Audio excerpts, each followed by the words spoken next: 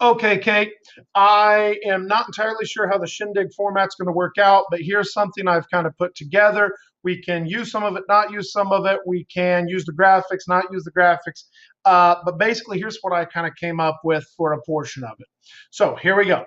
Ladies and gentlemen, we are here as part of the Pillar Party for the Flip Learning Network, and we're going to talk tonight about the flexible learning environment. Now, we have four pillars: flexible learning environment, learning culture, intentional content, and professional educator, and all of them are important. None of them is necessarily more important than the other. In fact, they rely upon each other for you to have a successful flipped classroom. But because F is first in the word flip, we're going to talk about the flexible environment first. So here we go. When we start talking about a flexible environment, really the very first thing we need to talk about is the key to the flipped learning model. And that is determining what type of learning happens in the independent space and what happens in the group space. Now, the independent space and the group space are not unique or new to flipped learning. Those two spaces exist in every traditional method and in flipped learning. The difference is in the way they are used and the proportion of learning goals that are accomplished in each. So let's take a look at the traditional classroom. You'll see in the pie graph, we have the independent space is the gray slice and the group space is the remainder. Now, necessarily in the traditional classroom, that has to take place because the traditional classroom is based inside the four walls within bell to bell, and the teacher is required to do all of the instruction, and the responsibility firmly lies at the head of the classroom, with the independent space being the student's component to do outside of the classroom. Now, when we look at the flipped classroom, you'll notice the independent space is significantly larger and the group space seems to have receded. But let's be clear, this is a graph of the learning goals. How many learning goals we anticipate creating or accomplishing in each of the given spaces, not the amount of time spent there. So while we're in the flipped classroom, moving more responsibility to the student in that independent space, more learning goals happen there. The reason is so that we can accomplish the learning goals in the group space much more effectively. So the balance changes with more responsibility moving to the student in the independent space, but that means that group space becomes ever more useful. Here's what I mean.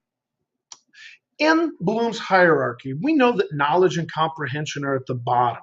And in a traditional classroom, we spend a great deal of time with direct instruction doing knowledge and comprehension, meaning the time runs out before we get to synthesis, creation, and evaluation. But here's the thing that flipped learning uses. Knowledge and comprehension, getting vocabulary, reactivating prior knowledge, doing basic skills, although we need more of them, they take less time to do than a comparatively concise evaluation, synthesis, or analysis. And so those knowledge and basic vocabulary pieces are easier for students to do on their own. So by moving them to the independent space, it doesn't take longer than what we used to ask them to do. It simply means they do more of that specific type of learning there. And as we look at the time graph, moving from basic skills up to evaluation creation, there's that inverse relationship that it requires more time.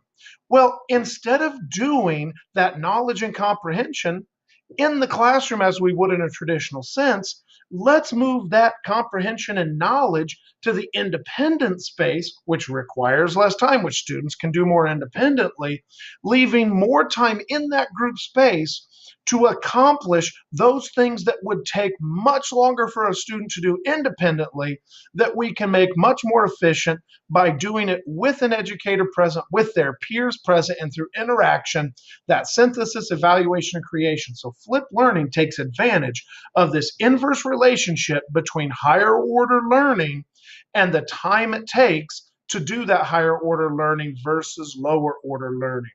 So using that relationship, we're able to change what the independent space and the group space look like. In a traditional independent space, we all know what that looks like. It's where you send problems 13 through 32 home for the student to quote unquote practice. Now, the student has to do them independently without guidance. A lot of times what we will do is we will send memorization home in the independent space because a student has to do it independently. Also, we send preparation home, but the preparation we tend to send home is limited into reading a original document or pre-reading a text or reading basic behind the scenes information about some upcoming topic. But it's done independently with little instruction and no interaction in that independent space. Now, on the other hand, if we look at the flipped independent space, this is where we are adding the actual components of instruction. We're actually putting interaction in that independent space, whether digitally or through textual means. Now, you'll notice there is basic direct instruction in the independent space in a flipped learning classroom. That's something we could not put in the independent space because the instructor was in the four walls. But now through video means, audio means, etc., that basic direct instruction can happen in that independent space. And that's the key. It is basic instruction. If we go back to our triangles, we remember that we're not attempting high-level learning here. We're simply looking for reactivation, memorization, exposition, and explanation. That's what we're looking for in that direct instruction.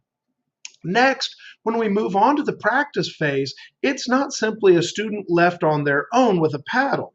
It can be chunked. It can also be interactive using something like GeoGebra or an ed puzzle where a problem is given, a student practices, and feedback is given immediately.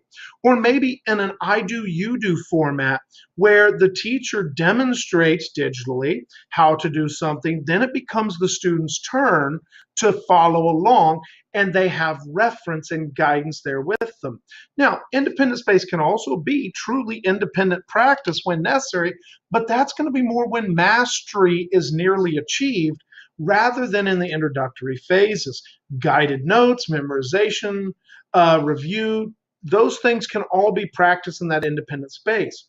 The other thing that we have is you'll notice the preparation down there in number 4 that was in the traditional space is also in the flipped independent space, but now it's much more useful because instead of just a pre-reading or instead of an original document only, it now can come with exposition, whether audio, whether it's video, it can come with what you just read goes in this direction.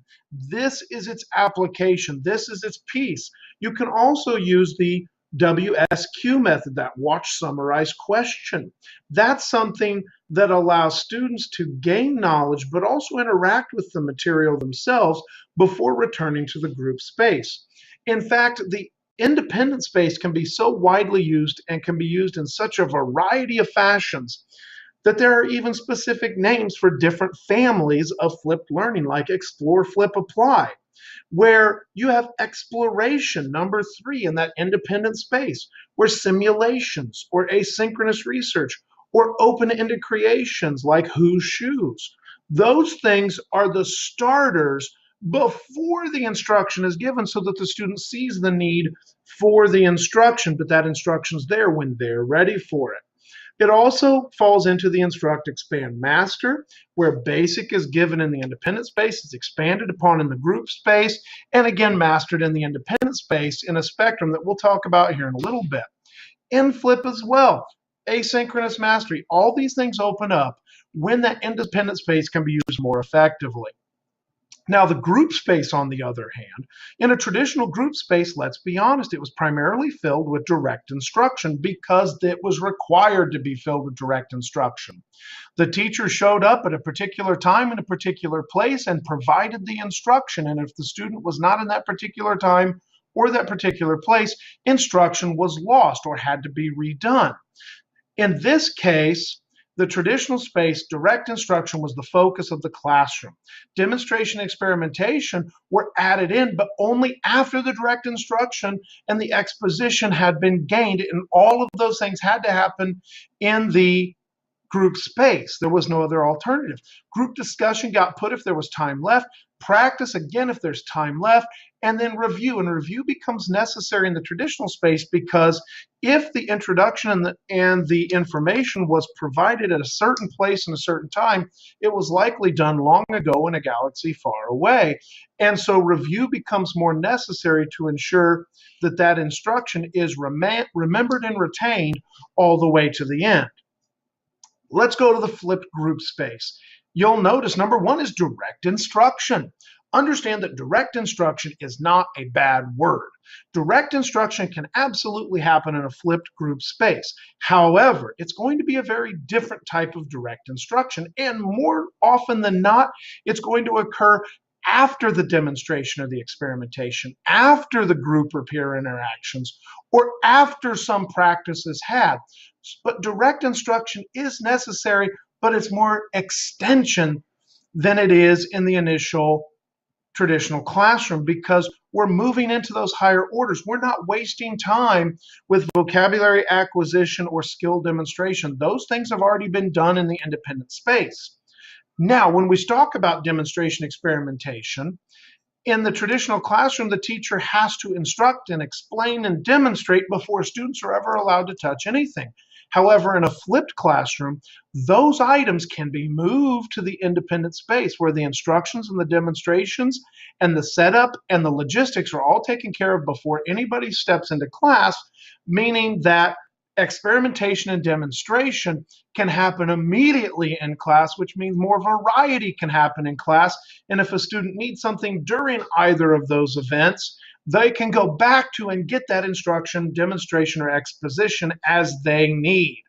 Additionally, group and peer interactions increase because instead of the teacher being the primary focus, the learning is. So however we group, however we move students around, however we have them based in activities, interaction becomes key to learning. Practice is still present, but now practice can be differentiated specifically because in a quality framework for flip, formative data is key. And formative is going to be one of the key bases for a good flip. And we can now differentiate what kind of practice each student has while that expert is present. And as direct instruction is needed, students can go back and get those resources because you have multiplied yourself. Now, using review, move it out of the group space entirely because if all these resources are available as students need and they're actively involved in the learning, review becomes something that is only a formality and can be done either digitally or non-digitally outside in the independent space. What I also love is that the group space now has time for student creation. Let's go all the way to the top of the pyramid, and assessment can change because now we have moved through far more of Bloom's taxonomy and can get to that creation station. And exploration becomes one of the hallmarks of a group space in the flipped classroom. By eliminating repetition and procedure and the instructions for activity rather than instruction, we have more time for interaction. That's what we mean when we start talking about the group and independent space. But let's talk about the interaction between the two. They're not separate or against each other. They work together. A student is responsible for knowing and being able to do. So we introduce with a student. We bring that student with their knowledge to the group space. We enhance the knowledge in the group space. And then we send the student back to the independent space with mastery. And that's the goal of the learning, is using the group to solidify the learning so that the student can practice it independently.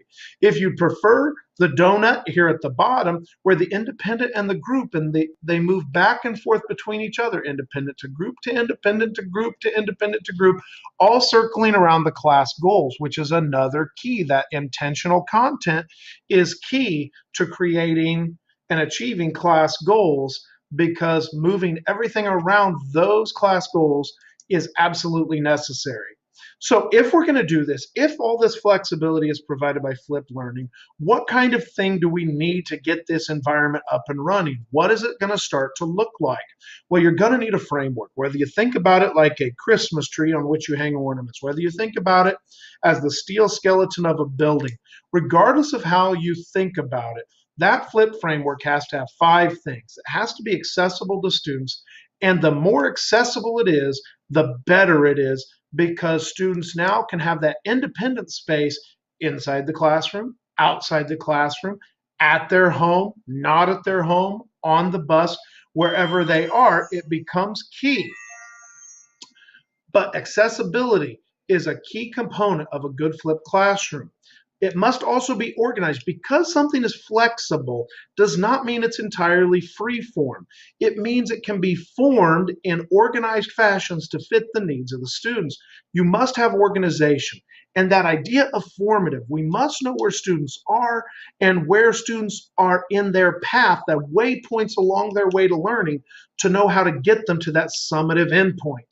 Interaction is the crucible through which learning must be fostered, and interaction between student and teacher, peer to peer, all become important as we move to the summative assessment. And again, by knowing where they are and where they've been, we can clearly know when they're ready to sum up and prove their mastery.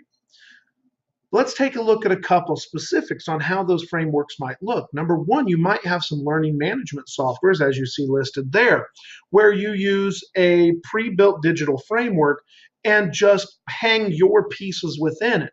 That's good. You also can have or you can have classroom sites, things like Edmodo, Google Classroom, things that were built as social sites that are used for education.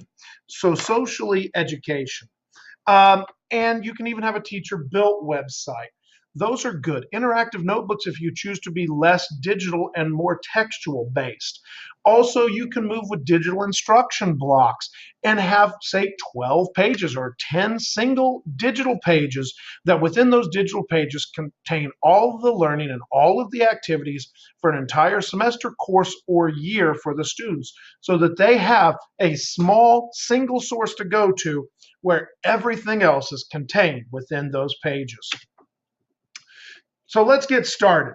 What do I need to do tomorrow or today to get started with flipped learning? The answer to that is, first you need to evaluate what you currently do, because you're already an expert in what you currently do. You need to determine what belongs in that group space, what must be done between those walls and in those bells, or digitally in a group space via a chat room or a blog, etc. So group space does not necessarily mean physical space. Or what can be moved to that independent space for students to do. The rule of thumb is, if it can be moved to the independent space, do it. Finally, what are we doing for that framework? What kind of framework are we going to hang on? What kind of box are we going to put all our learning activities into? That means we also need to, number 3, determine the scope of what I wish to flip. If you're new, you may only want to flip a chapter or a unit or a piece. If it's something where you've had good experience or you're ambitious, you can flip more than that. But all of these things need to be taken into account. Understand the community expectations, not just the community that the school is in, but the learning community expectations. What are students trained to do? What do they already know how to do? What are they inclined to do? You also need to know the ability academically and organizationally of your students. What can they handle? How much stretching can they take before they'll break? And a lot of training is needed to get the students used to this new environment, because it is different. And learning together is actually a unifying process. Have some critical conversations with administrators, but also the technical people. Regardless of how technical you think you're going to get, as things develop, you're going to want to have those folks on your side. Finally, create a personal planning schedule. Be specific. Set some dates, set some chapters, decide what you're going to do, stick to it, hold yourself accountable, or better yet, find someone else, a teammate, to help you be accountable. And once you begin understanding that as your learning goals are flexible, so too are some other things that are going to need to be a bit more flexible, or opportunities that are going to arise. The first one is your classroom may need to change, because if you no longer need to be at the front, if you no longer need to be standing and giving direct instruction, then the needs of your desk may change. You may not need that desk at the front. You may not need that desk at all. You will simply need to be able to organize the things that students need to learn in your classroom. It also means that the students may need to change where they are, and they may need to interact and be grouped and regrouped flexibly to best enhance the learning. And what you'll also find is classroom time becomes less and less important. Not becomes less valuable, but less important, because those things that are done independently bleed into the group space, and those things in the group space can bleed into the independent space, because if all those resources are available, the show time for the teacher becomes far less important, as students can access that, according to our framework, whenever they need. Classroom time becomes a different type of time, and it multiplies itself amazingly. This also means that the locus of control changes. It becomes less and less about classroom management as it does about student learning. When you start focusing on students individually, it becomes less about managing the herd and more about helping the individual. And so that locus of control is going to change, and it's a great thing. Finally, those relationships build, because as we're willing to be flexible, they become more flexible. And when we meet in the middle, relationships can grow, and that is key to learning. So, out of the flexible environment, learning culture, and intentional content, and professional educator, we've talked about the flexible environment. But you've hopefully heard in here that some of these items and aspects can't take place without some of these other learning culture, intentional content, professional educators. So take a look at this, and we'll move to the next phase.